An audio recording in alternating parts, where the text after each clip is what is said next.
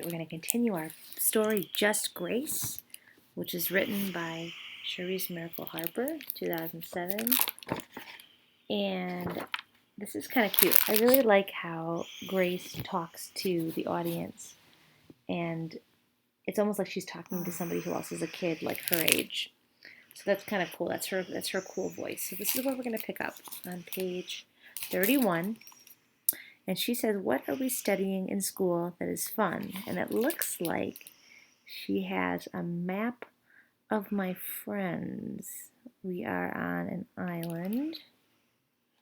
This is kind of cool. Maps and how to draw them, the made-up kind. That's kind of cool. Like how to draw your own map based on something that you're interested in. So it's like she's got Claire and Gwen and Mimi. And Augustine Duprat is even on there. And that's kind of hard to see. I can't even see that. What does that say? Oh, I don't know. So that's cute. Okay. If this were a real map, Sammy Stringer would be somewhere really far away, like in outer space. I don't know what the problem with him is. I thought he seems kind of nice. Mimi and I are, of course, best friends. Plus, we live right next door to each other, so that makes the best friend part even more perfect. Jordan is my best friend in gym class, and she is almost the fastest runner in the whole grade. This is not a good thing if you are it and you have to try to catch her. You might not think that a real friend would let you catch her sometimes, especially if you are so tired that your eyes might disappear into the back of your head. But Jordan is not that kind of friend. She says, "Try harder." And I do. But then I can't catch her and I say, "Forget it. What is so great about tag anyway?" And then Jordan says, "You're right. I'm tired too." And this is her real friend part because I know that she is really not tired and she could probably run 10 more times around the playground. But I don't say anything and she doesn't say anything. And we both sit together and this is good because I am breathing so hard I might almost faint. Wow, sorry about the glare. Claire is my friend who moved far away, all the way to the ocean, but we can still be friends even though now she lives in California. California is a bright, beautiful place filled with lots of wonderful things, so that I would be for sure like to visit her there.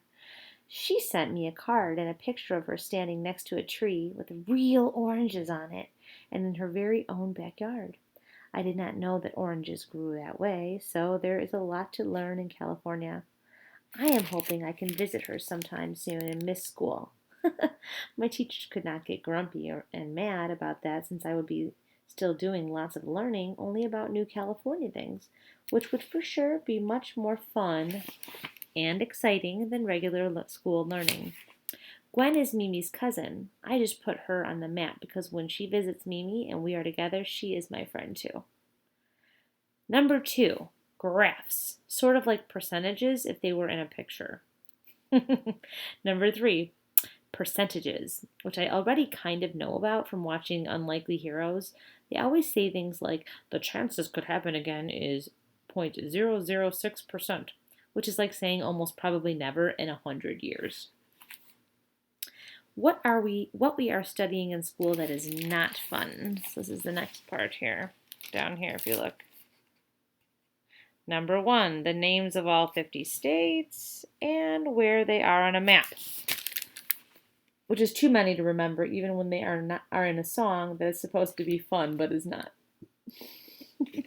Number 2, spelling, spelling, and more spelling. Number 3, the life cycle of frogs, which I do not like because they are slimy and one of Sammy Stringer's favorite creatures. Number 4, the life cycle of a cucumber, which is not exciting for me because I do not like cucumbers or even pickles, which are like tiny cucumbers and maybe even the babies of big cucumbers, but they are still not nice or tasty to eat.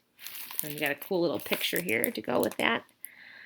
There's a cucumber and it says, "I am filled with horrible seeds," and then 5 babies which are called pickles. I don't know about you guys, but I love pickles. I really do.